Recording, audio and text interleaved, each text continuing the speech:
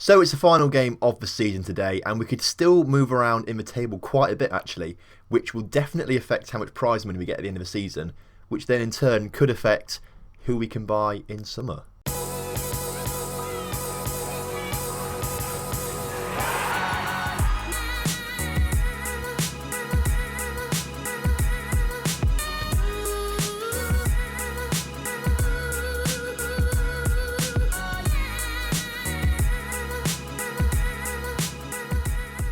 Hello and welcome back to the Lincoln Loco. Today, the final league game of the season against Chelsea is coming up, and then we're going to be talking about what we need to do next season and what kind of players we need to be looked to bring into the squad to make it even better.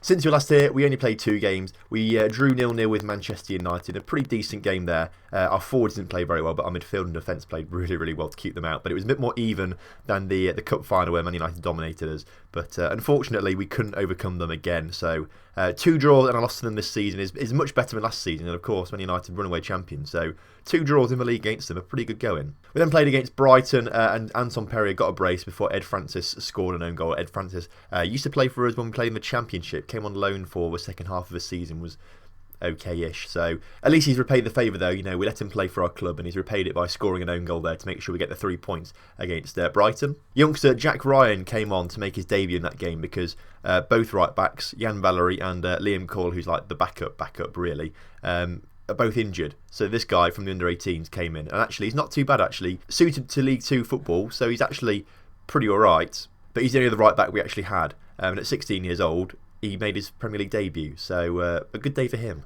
In terms of a table, those results leave us sitting in 10th, which I'm very happy with actually, considering we thought we were going to be sort of lower half of the mid-table, 12th, 13th, 14th, around that kind of area. So to finish 10th, or to be in 10th right now, is really good. We could finish as high as 9th with a win today. If Stoke don't pick up any points, we could finish as high as 9th. But if we lose, we could finish down as low as 12th, which will affect the prize money quite a lot. If we look at the rules, finishing 10th will get us... finishing 10th will get us nearly 22 million. Finishing 9th will get us nearly 24 million. But then if we drop down as far as 12th, that will get us only nearly 18 million. So a big difference in prize money there that could affect. That's a lot of money. If we went into 9th, for example, that's 24 million. If we drop down to 12th, 18 million, that's £6 million difference. That could be a player, for example, that difference. We played Chelsea though, who's sitting in 7th. They're also in the FA Cup final against Arsenal. So whatever happens, Chelsea are going to get that final Europa League place. Unfortunately, we don't get it for finishing 2nd in the Carabao Cup, or runners-up in the Carabao Cup. But Chelsea are going to be a decent side to come up against, so I'm not expecting too much. I think it could be a close game either way, but hopefully the 3 points will put us into 9th and we get an extra bit of prize money. Now, a bit of news since you were last here. I promised Chummer first-team football, and he didn't get as much as he wanted. And because of that, he now wants to leave the club, basically. So I said, yeah, that's fine, he can leave the club. He's a great player that I do adore, but he has dropped down a little bit this season. He's obviously been a very good player for us the past few years, but this season, although he's had limited chances, hasn't really capitalised on those chances. In the last season, he had quite a lot of chances last season and played quite well, but the limited chances this season, he's not really lived up to it. Despite his average rating being better than last season, I just don't think he's going to be quite what we need if we want to progress in this level of football. So I'm happy to let him go. It does come with a heavy heart, that, because he's a fan favourite and he's one of my favourites as well.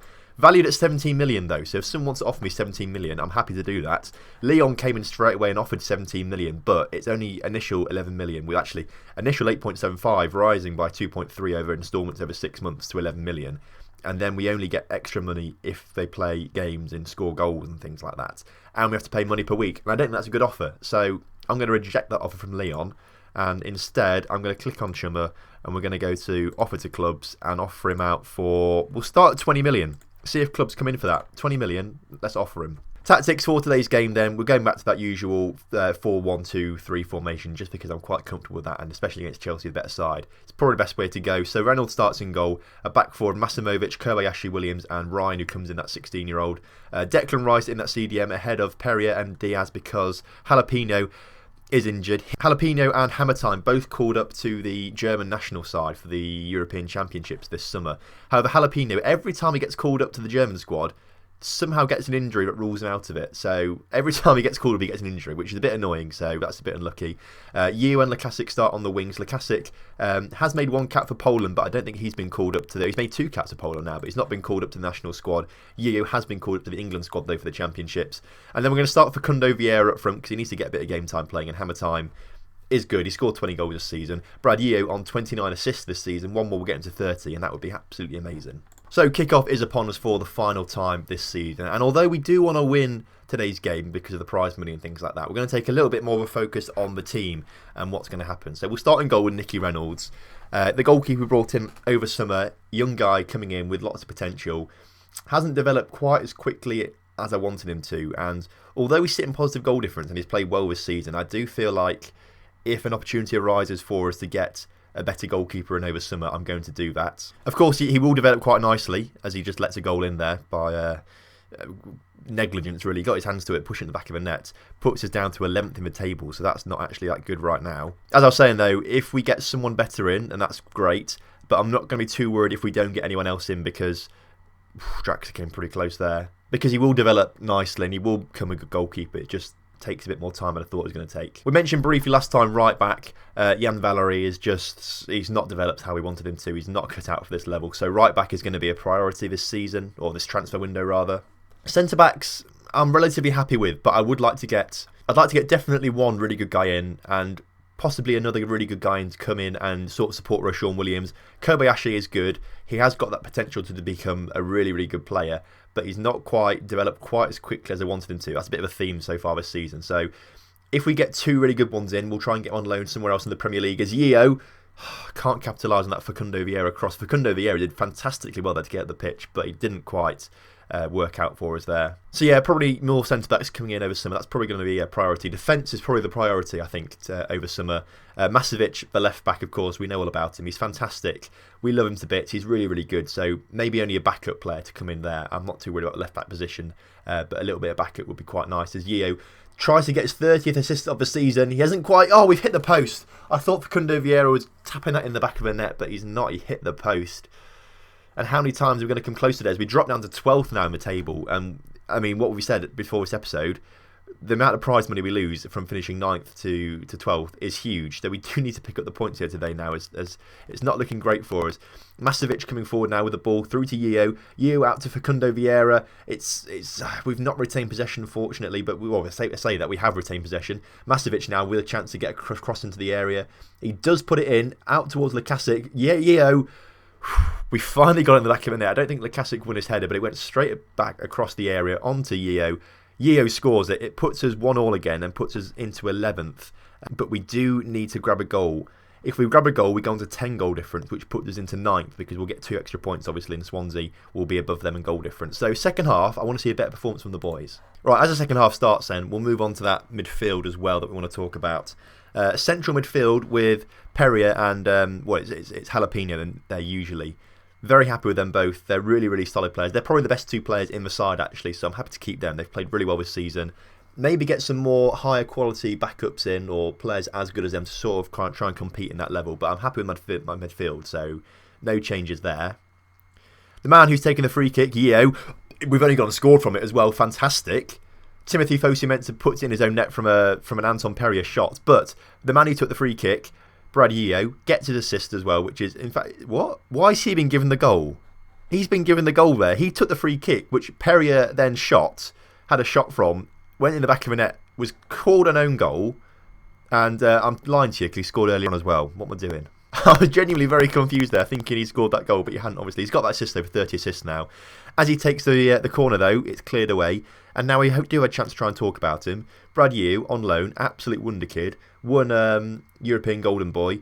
But unfortunately, he's on loan from Man United. And I imagine next season, Man United are going to play him in their first team and things like that. So there's perhaps a 1% chance he'll come back next season, but I wouldn't expect it. So say goodbye to Brad Yu today. However, the glimmer of hope is that I did say he was going to go back in January. I thought he was going to be recalled in January, but he wasn't. So maybe we'll get him back next year. I'm getting worried now, though, as Chelsea start to come forward now, playing it quite nicely. Burke makes it 2-2. For a brief moment then, we were into 9th position, that we do drop back down to in 10th, which is where we started. So 10th would be alright, actually, to be fair. I'd take 10th position. That's really good. We'll make some changes at the end of this game. Hammer Time can come on for the last 20 minutes or so if he's going to get a goal. If anyone's going to get a goal, Hammer Time is going to get the goal for us.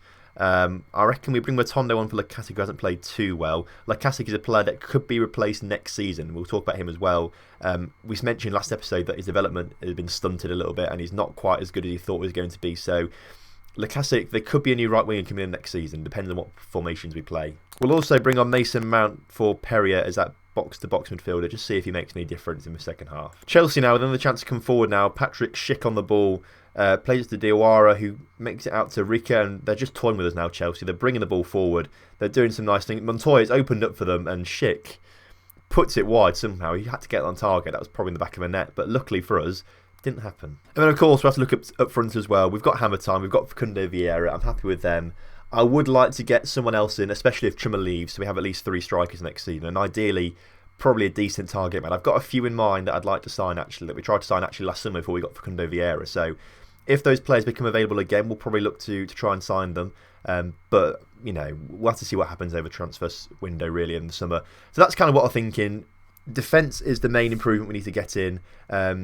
Probably wings as well. We need to look at improvement on the wings, as we've just conceded the softest goal in the entire world and puts us back down to 11th. Come on, boys. Let's demand more in these last 5 minutes or so to try and get the win. This is your time to prove it now. In these last final 5 minutes, if I've said to you, you know, I mean, they can't prove it because they're not on the pitch, the right backs. Kobayashi, we sort of said you could be out this team next year. Prove it to me now. Score a goal now and I'll keep you in my side next year. I mean, we've actually got a chance to do it now as Reynolds hits the ball upfield. Now, Hammer Time he doesn't quite win it, but Diaz does win the ball. Hammer Time coming forward on the ball now in the area. His shot, though, just wide the post. And I reckon that is probably going to be the last chance of the game, unfortunately, for us. We're sitting in 11th. I don't think Crystal Palace are going to score a goal now. I don't think Swansea are going to concede and go below us again. It's full time, and I think we finish 11th. So we lose 2 million in prize money from where we were starting at the start of this episode. But that's not too bad. Unlucky, boys. Would have been nice to win there, but don't worry about it too much. Chelsea are a decent side. Let's just get a confirmation of where we finish in the league then and see what prize money we get. So we received 19 million, well 20 million basically for finishing 11th in the Premier League. A fantastic finish really when you think about it. Squad bonus paid out of £500,000, which is pretty decent to be fair for the players. And 10 million offer from Bournemouth for Chummer, which we're going to reject. We'll ignore him for now. We'll try and sell him more later on in the window for about 20 million or so. So expect to see movement on him over summer. Right, where have the goals come from this season? Well, of course, they've come from Hammer Time, scoring 20 goals and getting 11 assists himself. Brad Yu actually scoring 17 and get 29 assists. He didn't get the assist then in that game. I guess the own goal didn't count as an assist from him. And actually, I suppose it would count to Perrier because he had the shot, didn't he? So Brad Yu, unlucky not to get 30 assists, but still, 29 is amazing. My absolute player of the season. I'd love him to bits. I'd love to get him back next season. But Man United have repeatedly said to me they're not going to let me have him. And I doubt he's going to go on loan with me next season. So it's an issue. Lacasic actually contributing quite a bit as well. 11 goals and 9 assists. He's been a real decent player for us this season, especially when he's not really Premier League quality. If we look at the report, he's still actually only a Championship footballer. He's been like that all season. And Rabbi Matondo is meant to be better than him, but we've given Lacasic a chance all season. He's not really capitalised on improving himself this year.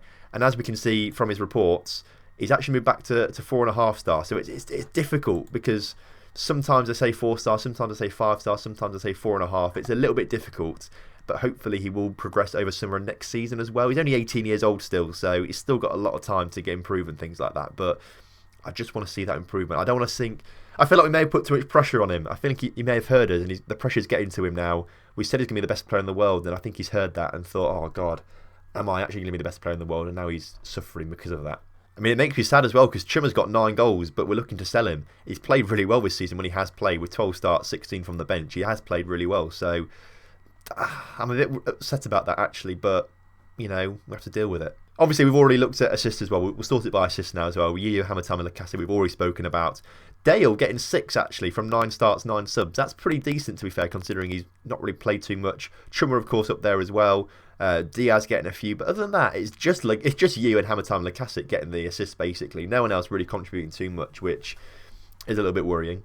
In terms of average ratings, then Yu obviously far and away the best. Ruben Garcia actually coming in second. He's not played too much. When he has played, he's played pretty well, which is interesting because obviously he's sort of been capped at 3-star current ability. We'll give him another chance next season, but he's just not developed to the player that we thought he was going to be when we signed him for £9.5 million. So I'm kind of thinking we have to get him out as soon as possible to sort of not lose any money on him. But we'll see what happens over summer. If bids come in for him and they're at a good value, we may accept them. There's been a fair few players from that starting 11 getting over a 7 rating throughout the season. Quite a lot of subs actually, when they've come on, have played pretty well. So perhaps we should look towards Robbie Matondo and Ruben Garcia next year, things like that. If they're actually playing that well coming off the bench in those sort of few games, that'd be decent to look at. As we look down towards the bottom of this though, this is when we can start to look at players that we think perhaps we're moving them on. Vlad Dragomir, not played a single game this season, came on as a sub once. Vlad Dragomir, he'll go over summer. We'll sell him on, if not release him. His contract actually runs out in 2 years' time, so we'll probably sell him. He's just not played and he won't be used, so say goodbye to Vlad. We brought Pershers in over summer, but he's not really developed to who we wanted him to be. And again, he went on loan, hasn't played too well actually, so he may be a player that goes as well. Mason Mount, almost definitely going to be leaving the club, I think. He's on a lot of money and he's not playing any games, so he'll be out the club pretty soon as well. Declan Rice is an interesting one. He played the first half of the season before Liam Coyle came in, but he hasn't actually played that well in terms of average ratings. But he's a good backup, versatile player, and he can play Premier League football. He says there, Sky Bet Championship. Depends who you ask. Some coaches say Premiership, some say Championship. So if a good bid comes in for him again, we'll accept it. But he's kind of going to be a backup player next season, if anything. And that then is the season done. Done and dusted. We finished 11th, which is fantastic. I'm really, really happy with the way the boys played. I was expecting 12th at the very best, so actually to beat that is really, really good. Next season, of course, we'll try and push on. We'll try and break into that top half. Maybe try and push towards those European places, but of course it's very, very hard to break into that. Middlesbrough did exceptionally well this season. They've been a bit of a yo-yo club. They've been up, down, up, down, up, down, and they got up last season and finished 6th in the league. So they've done pretty well this season. They get European football next year. Hopefully we can do a Middlesbrough next season and get in that European place. If you've enjoyed today's episode, then please do drop a like on the video. Subscribe to the channel if you're new around here. And I'll see you next time and next season for some more Lincoln Loco action.